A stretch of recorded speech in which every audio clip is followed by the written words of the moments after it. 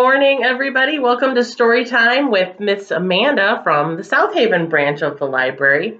At South Haven Storytime, we always start by rolling a little box that has a bunch of songs on the side, and we roll it and we find out what song we're going to sing. And one of those songs is If You're Happy and You Know It. So get your clapping hands ready because we're going to sing If You're Happy and You Know It. If you're happy and you know it, clap your hands. If you're happy and you know it, clap your hands. If you're happy and you know it, then your face will surely show it. If you're happy and you know it, clap your hands. If you're happy and you know it, stomp your feet. If you're happy and you know it, stomp your feet. If you're happy and you know it, then your face will surely show it. If you're happy and you know it, stomp your feet.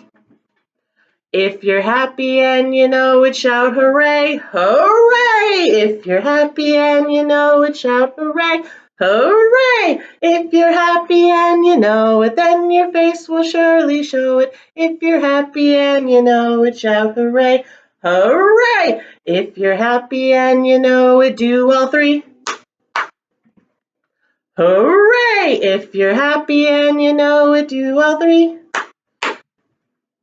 Hooray! If you're happy and you know it, then your face will surely show it. If you're happy and you know it, do all three.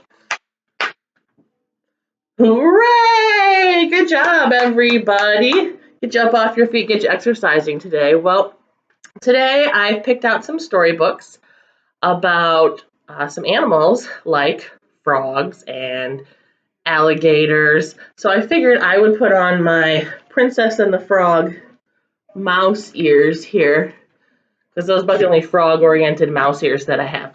So we'll wear my Princess and the Frog ears today.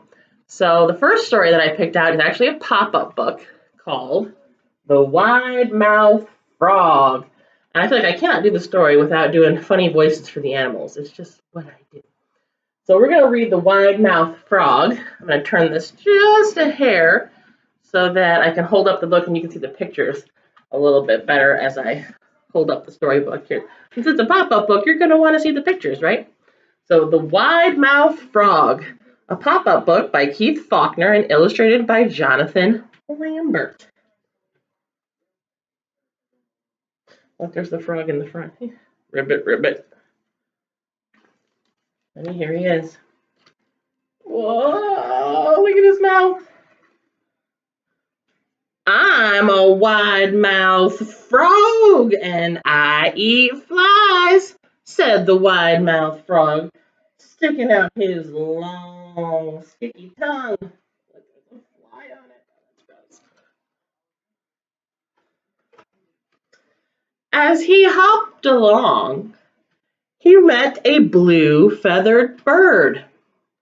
I'm a wide-mouthed frog, and I eat flies, said the wide-mouthed frog. What do you eat, bird? I eat wiggly worms and slugs, replied the bird, snapping his pointy beak.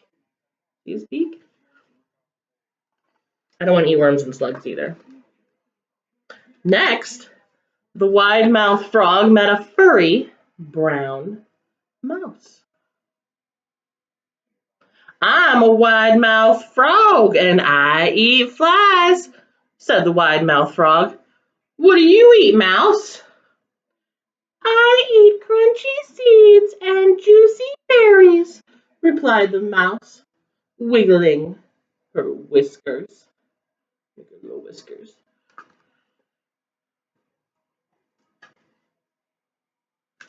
Ready? Whoa. Oh, do you see what that is? The wide-mouthed frog was still catching flies when he saw a big green alligator. I'm a wide-mouthed frog and I eat flies, said the wide-mouthed frog. What do you eat, alligator? I eat delicious wide-mouthed frogs, replied the alligator, showing his sharp white teeth. Oh no. Ready? The wide-mouthed frog stopped catching flies and gulped. Mhm. Then he puckered his lips and made his mouth as small as possible. Oh, you don't see many of them around, do you? He said, and he leaped into the pond with a splash. Ready? There's a splash again. Splash!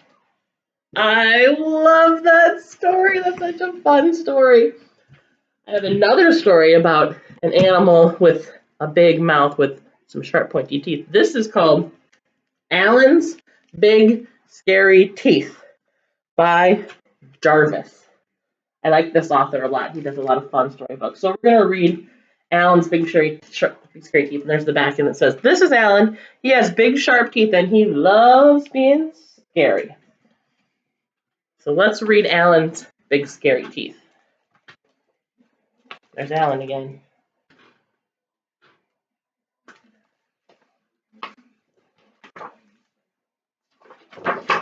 There he is. Alan came from a long line of very scary alligators. He was known throughout the jungle for his scaring. It's what he did best.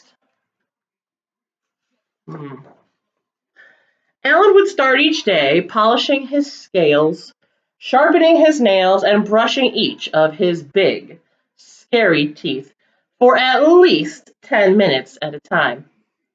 And after practicing his frightening faces in the mirror, he's going, "Grrr." He'd sneak into the jungle for his morning round of scaring. Alan went, "Snap, snap," and "Grr, grr." And he said things like, "I'm Big Scary Alan. Fear my razor-sharp teeth." He does have big teeth. Those do look pretty pointy and kind of scary. He made the frogs leap off their lily pads, the monkeys tumble from the trees, and the parrots screech in terrible terror. Snap, snap, grrr. Eek! Ah! Squawk! Wahaha! I love being scary, said Alan.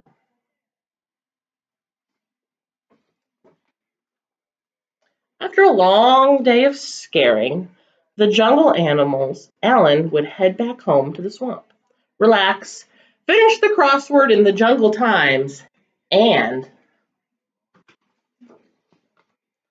take out his false teeth. Nobody knew about Alan's false teeth. Oh my goodness, do you see that? His fake teeth. "Good night, teeth. Sweet dreams, my scary snappers," Alan would say as he put them away carefully in his super secret hiding spot. See where he's hiding them?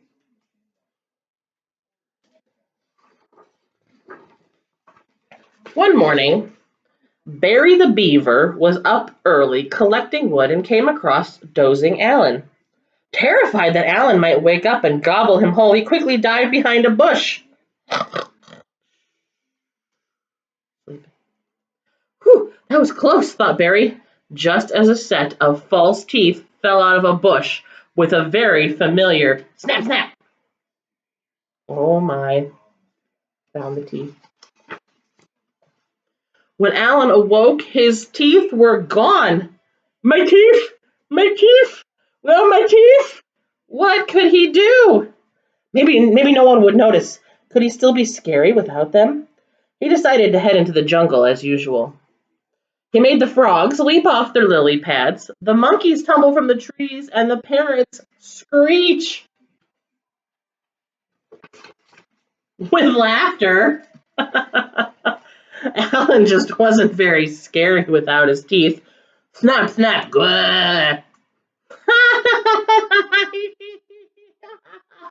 Oh my! Oh, he doesn't look very scary without his teeth in. Alan slunk back to the swamp. He had never been more embarrassed. He came from a long line of very scary alligators, Scaring was all he had ever known. What would Alan do now? Poor Alan began to cry. Just a little bit at first, but then the tears kept coming.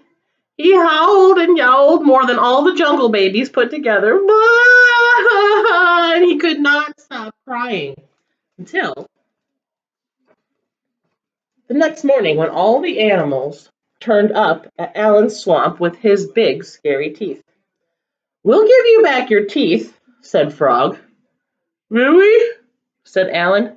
"On one condition," said Parrot. "You have to stop scaring us." "But what would I do? I don't know how to do anything else." "We have an idea," said Frog. And it says the rules.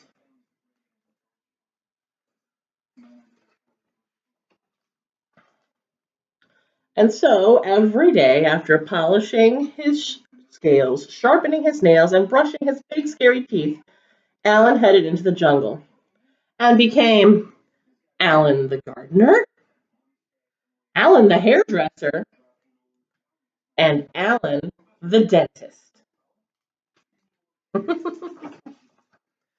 Every night he became Alan the big scary storyteller, thrilling the jungle animals with his terrifying tales. "I love being scary," said Alan. And sometimes he even let Barry borrow his teeth. Grrr! There's Barry the beaver wearing very sharp, very scary teeth. Look at that.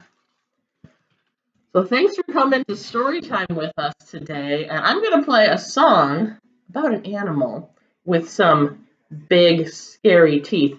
And I think you know this song.